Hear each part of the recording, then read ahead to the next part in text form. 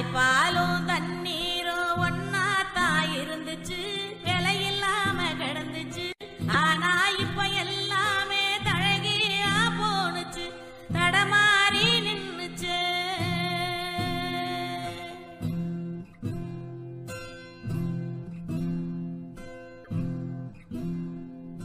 நிலாவுல தண்ணீர் இருக்கான்னு தேடுறோம், ராக்கெட்ட ஏவுறோம், குடிநீர பூமியில வியாபாரம் பண்ணுறோம்.